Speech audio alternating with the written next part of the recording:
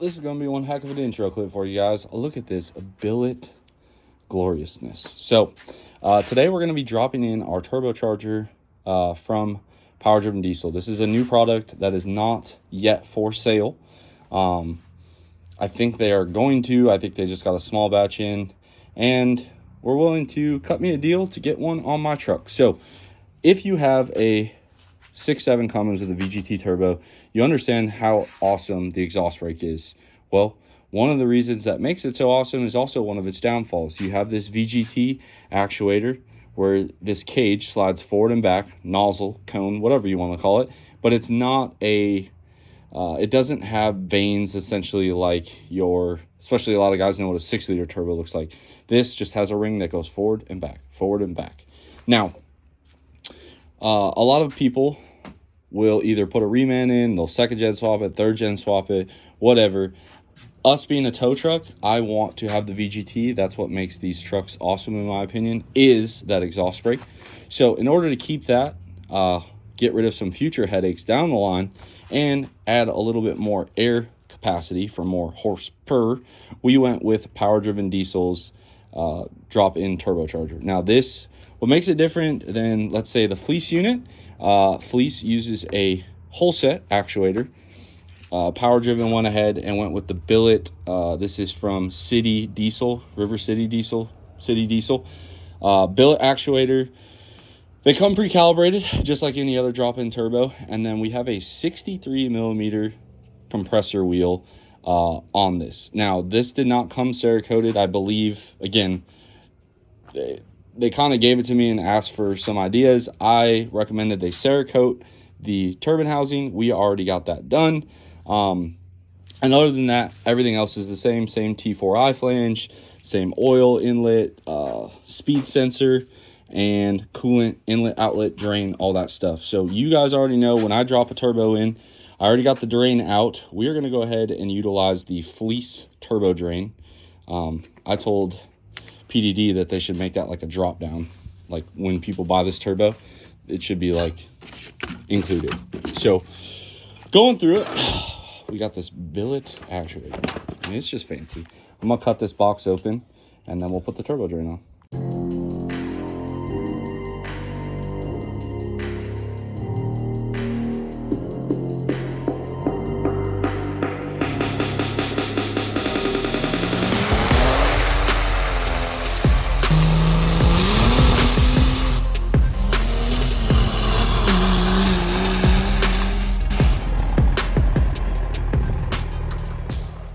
Here we are with the Fleece turbo drain, and one of the big things I see with most people that run any style drain, they always complain about their turbo puking oil. So if you look over here at the stock turbo drain, you guys will see it is rather large. Okay, now Fleece did neck this down ever so slightly. It's not much. This is still over 10 AN. And down here, you guys see how big that inlet is. Now, what I noticed with a lot of cheap Chinese ones, you'll get a hole it looks like this on the outside. This is a dramatization. It'll be like that on the inside. So make sure you're inspecting your drains for issues. Nice part about this, lube up these O-rings. You could put this on the turbo with it not even in the truck. It's flexible. Also gives you a nice grab handle to kind of drop it in. We put this on like so. They give you new hardware as well in case your old ones broke, corroded, whatever.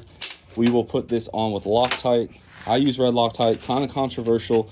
I've had a turbo drain come loose before on like an S400, and ever since then I've always used red Loctite. Does make it inconvenient when it's got to come out, but we're gonna just roll with it. Now, looking at the turbo, again, if you guys saw, I pulled the turbo out with this coolant line still attached. It's easier to disconnect it from the block than it is to disconnect it from the turbo. So we're going to swap this over. I did get fresh washers. And then real quick, I totally skipped over the turbine. So the stock unit uses a 60 millimeter turbine. This guy is stepped up to a 64. So we're bigger on the exhaust side, which should help alleviate a little bit of drive pressure and also drive this larger compressor wheel a little faster. So we're thinking somewhere anywhere between 625 to 675 horsepower, maybe 700 on a glory run, but we still have the exhaust brake with the added reliability of this billet actuator. So I'm going to get this swapped over, and then you guys will watch me drop this in. Now, I don't have the cover, so we have to be careful, but I think I can make it work.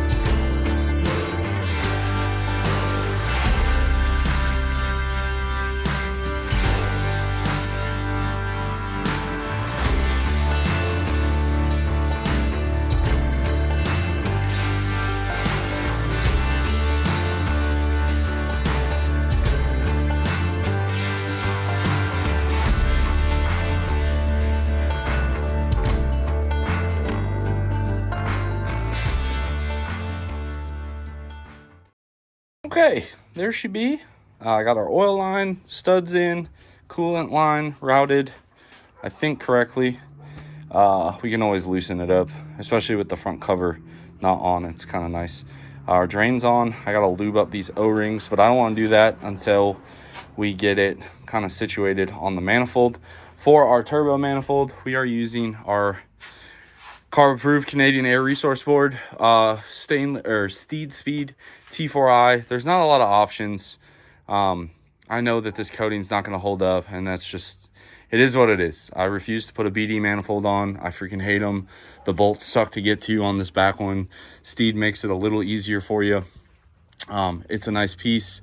I know it'll work, and yeah, that's what we're using for a manifold. But first, I want to drop this turbo down in there. I think what I'm going to do, instead of trying to get you guys set up to see it, I think I'm going to just do it and then pick up the camera once it's kind of in there.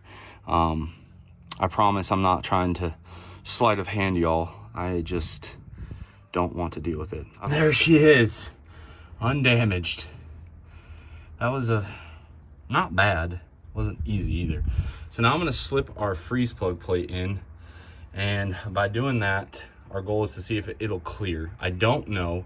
JL didn't know either. So we're going to mock it up on the Steed, and then I'll show you guys. I'm not going to put gaskets in anything. I just want to see what it looks like with it in. All right, so unfortunately, it does not look like this freeze plug plate clears a stock 4th gen turbo, and that makes me sad. The thing is pretty bound up. When I tell people that I am fortunate, this is kind of what I'm talking about. Like, being able to have just extra parts laying around makes these, even though I do it on the driveway, a little bit easier. We were able to pivot. I got the freeze plugs knocked out with the turbo still in the way, which is nice. These are a dual seal O-ring. I really like these. I don't know who makes these. I wish I did. I don't know. But they use an O-ring, a crush washer, and then this bar that goes in there. All I do, I use a little assembly lube on the sealing rings here, these O-rings, and then I use a little bit of gray Loctite on the base here, and it'll kind of smush in there. And if I could look, now we're going to try and clock these in the right way, but I make no promises. Let me get this done. I'll show you guys what they look like installed. I kid you not, about 15 minutes, knocked them out, got these in. You guys can see a little bit of RTV. We'll just leave it. Shouldn't be able to see it. From here, we can go ahead and put our manifold in. I don't think the manifold will get in the way of our coolant block at all. So I'm gonna get you guys set up somewhere where you guys can watch me fist fight this Canadian manifold. No stab at Steed. They make the best VGT T4i manifold on the market. It's not even close. And then we're gonna figure it out. So I'm gonna just get it started with some bolts. And then again, I gotta see what I have in the department for studs or the department for stage 8s. Meyer, I know you watch some of these. I just really don't want this turbo coming loose, so don't judge me too hard on the stage 8 locking hardware. We'll put our studs back on for the turbo. We'll also throw our gasket in as well. Once we get the turbo mounted, we'll throw the drain in and miscellaneous sensors once I get it kind of up and out of the way, because it's kind of sitting down right now.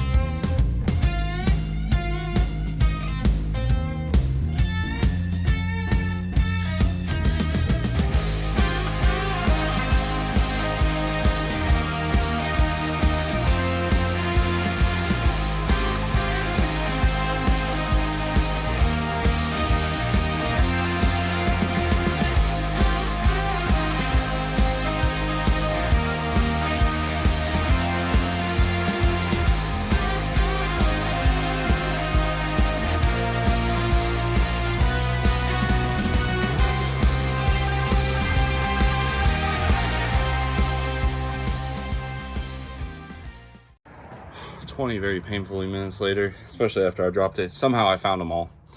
Don't know. But look at all that blank. Now, the only thing I've been thinking about is on those like support plates that everybody mounts everything to, the dipstick. That's what's been going through my mind. So I've had a couple ideas. I've thought about bending a piece of bracket down here and grabbing it from up top. I've also thought about just pulling that one bolt right there out and using that standoff like they make you do in the Chinese kits. I have both options, but that's an easy like fix later. So we're just gonna keep soldiering on here. But turbo's in. I gotta tighten the turbo to manifold nuts now, but I didn't want to yank on that until I got these in. And these are those stage 8s. They stop it from backing off. I hate using them on race trucks and trucks that you change a lot because they are a nightmare to get off. But on something like this, I feel pretty confident that this will be the turbo for a while. And if it's not the turbo for a while, it should be easy to get that thing yoinked out of there. But now we can move on. I got to put our drain in as well as hook up our lower coolant line. That's this piece right here. We can also put our speed sensor in with the O-ring and then hook up our oil feed line as well. So making progress. It's getting dark outside. It is probably only 3 o'clock, but yeah, we're making progress. I'm happy. I'm gonna get some more lights set up so you guys can see more, but I know we're getting closer because the pile of parts is getting smaller. I know it doesn't look like it, but it is truly organized chaos, I promise. So I'm gonna take a little time, get some of this stuff cleaned up, and from here we will probably move on to our coolant routing and coolant tank. All right, so I'll tell you what, guys. Now that I work at home, I have this really bad habit of just being like, I'm done for the day, and then forgetting to pick up the camera. So, number one, I finished up last night. I don't remember where we left off, so I'll give you guys a look in the daylight. I just have that cover thrown on there more as a placeholder and to protect the wheel in case I drop anything. So again, big thank you to Meyer for just sending me another cover while we wait for mine to get powder coated. It's just sitting on there. The wheel does spin freely, so that's nice. And you guys can see I put the fitting in there. This is going to be the fitting to get the water out of the turbo.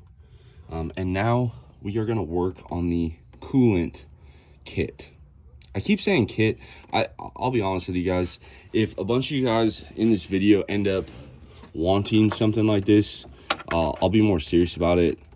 I've been pretty straightforward with you guys thus far. I really don't want to start a new business. I really don't. But I could definitely piece together some kits on doing this. Last night, had to change the old wife's oil, which shout out. The 2-liter Jeeps drain plug and oil filter can be removed at the same time in the same drain pan. Pretty awesome. But what we are working on is the coolant. So this here is where our fleece fitting is going to go.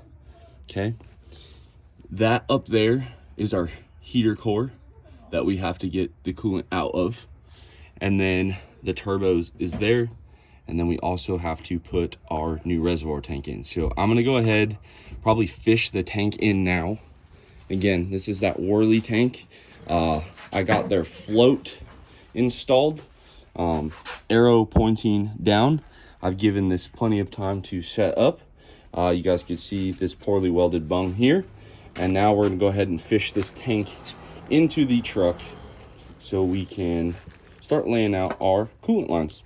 This has escalated, but you know what?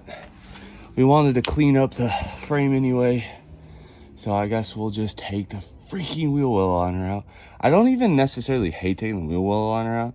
I just, these, like, now I got to get everything lined back up. It's just my OCD. Can't handle it, but that's fine. It'll be a lot easier to give this frame a little coat of paint, make it all look uniform, and I guess it'll be easier for the suspension stuff, I suppose. Oh well. Anyway, we got this out. That was part of their instructions. Let's remove this. Plus, at least we won't scratch the powder coat. That's what I keep telling myself. So now we can go ahead and throw our coolant tank in. Nice straight shot there. And I guess, you know, maybe for routing, stuff like that, it'll make it easier.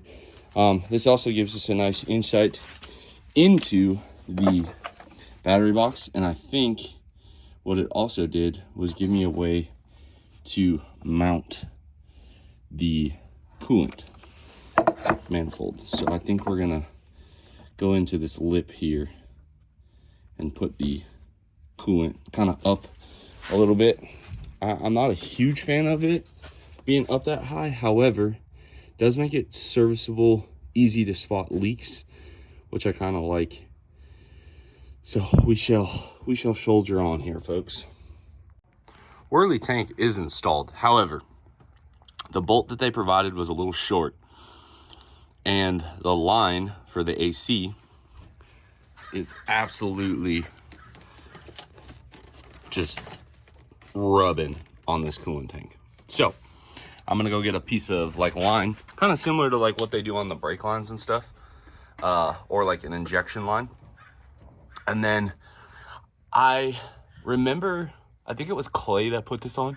It vibrated, so I put rubber washers because I needed a new bolt anyway. So maybe this line doesn't rub if you don't space it out, but I wanted it quiet. Other than that though, looks freaking killer. We'll get everything kind of thrown back in here and see where she lays, but I do like the tank layout. I think it's pretty sweet. I also think this is gonna work out well. All right, so we used the grid heater mounting location. I think we could have mounted it using a different method as well, but this made it easier to see. So as you could tell, that line to here will probably be a 90 and a 90. I test fitted the stock intake pipe just to see how it'll look.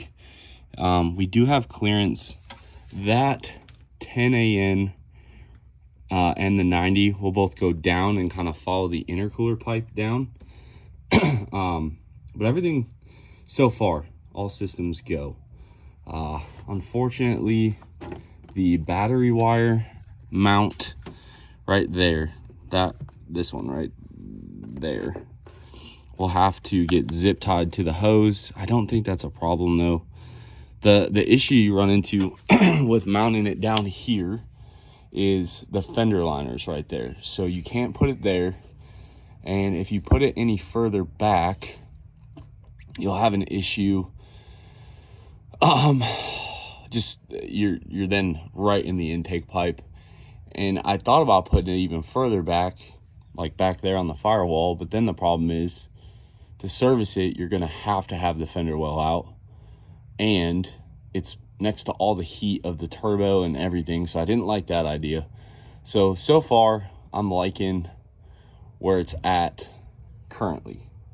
Now we're gonna start making our lines again. Right there is our inlet. You can see right above that AC line, and there is our turbo that we got to hit. This is the coolant tank that we got to hit. And then for the heater core, I bought this pre-made. It's from like AutoZone, I think. 90. We'll chop this up so it'll 90 right out of the firewall for that heater core, 90 down, and then kind of go this way towards the coolant tank. And then basically the coolant tank and the heater core will both come at it from this angle and it should look pretty good. Okay, big thank you to Meyer. FaceTimed him, came up with an idea. So rather than, I think you could mount this here. It just, everything cleared up there, but it just, like Meyer said, it just defeated the purpose of it looking clean. So now you won't even be able to see it. You're gonna have to pull your fender well out. But the way I see it, you could do this two ways. You could do it with this weld on and go here. And then the second way, you would basically have to put the slip-on hose here to a barb and then do this fitting. So you could do it one of two ways. But this mounts it up out of the way. The fender liner works. Everything's clear. You 45 it, you 90 it, you straight it. It'll come under the intercooler pipe, follow this AC line straight in. This one will be straight across to the turbocharger. This is hard mounted. And then what I'm gonna do is put a little thread sealant Loctite. So 545 on the threads of this. It'll stop it from ever being able to come loose. And there you have it. So I'm gonna run all the lines. Again, big thank you to Meyer. Luckily I had this fitting on the race truck, so I just stole it for right now. And we can keep plugging away at this. But then, if you look up here, the only thing you'll be able to see is just that back there. In my opinion, looks fine. Lot more room up here without the big coolant bottle. I will say that. Just way more room. But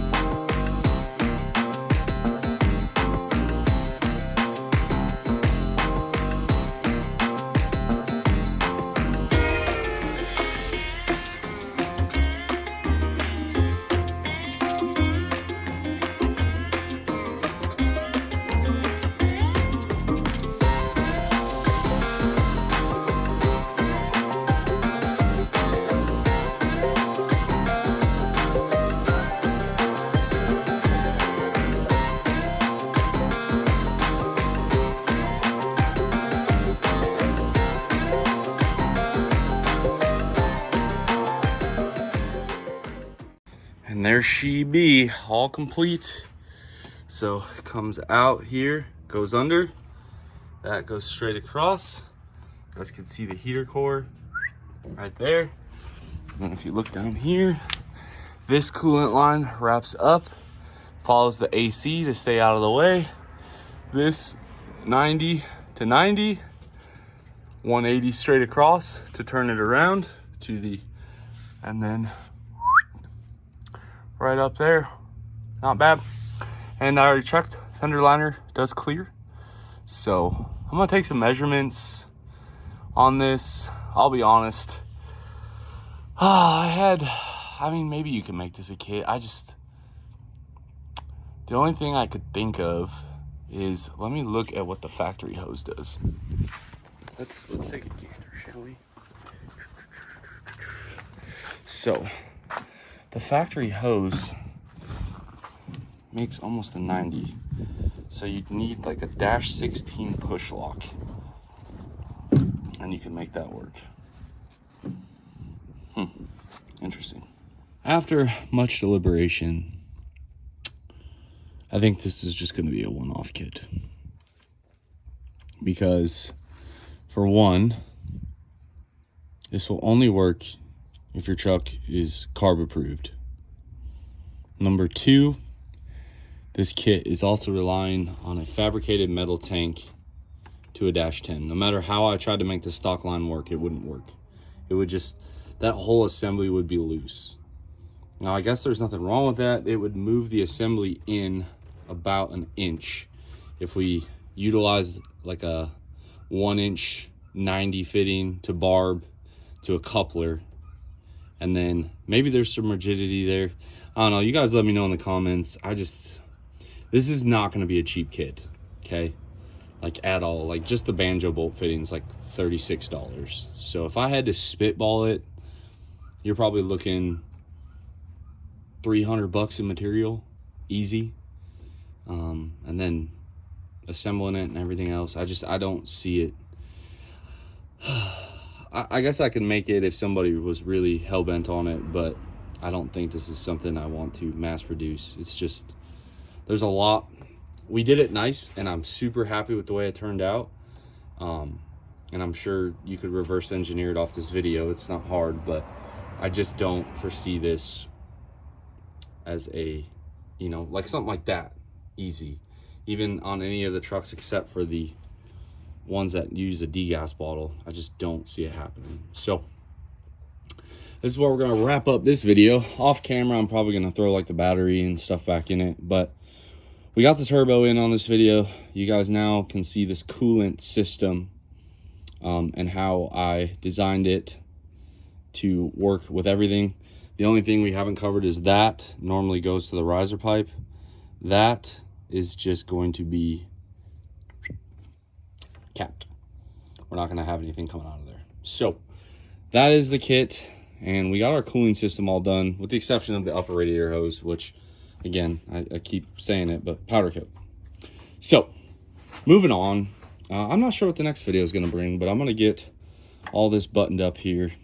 Like I said, I think we'll probably have at least one more video on this. We got some stuff to take care of over there, and also our fancy parts. So as you guys can see, fleece fitting 90 degree, and then it's a 10 line to a 45. You could do a straight, but I wanted to not have this thing absolutely rubbing everywhere, and that's actually supposed to be cocked down like that. So it doesn't rub on the intercooler pipe, doesn't rub on the AC stuff, comes here to a 45. Then you need a 180-8 to a M16 banjo bolt 8 with a straight 8. Then you need a 90 to 90. This is a Vibrant -10 aluminum weld-on bung. We have a 45 going up there to a 5/8 barb to 10 AN with a straight 10 AN. And then that's just a 5/8 heater hose I got from AutoZone. This is a MagnaFuel 4-port block or 2-port block, I can't remember. Everything's 10 O-ring Boss. And that's it. So all in all, pretty happy with the way it turned out, and should be all right. hopefully you guys are still enjoying this series. We're kind of getting towards the end of it, and then we're going to basically finish out this truck with a few other things, but we are going to shift our focus over to here. I promise we got something really cool to do on that. And yeah, might not have been worth the squeeze. I probably spent 4 hours trying to figure it out. Again, big thanks to Meyer for that 90 to 90 idea. It took away the complication of having to mount it. And what I like is if you want to do shock work, stuff like that, it doesn't get in the way of doing anything. So that's kind of nice. Hopefully you guys like this video. Drop your comments down below. Subscribe if you are not already. And as always, guys, I'll catch y'all on the next one.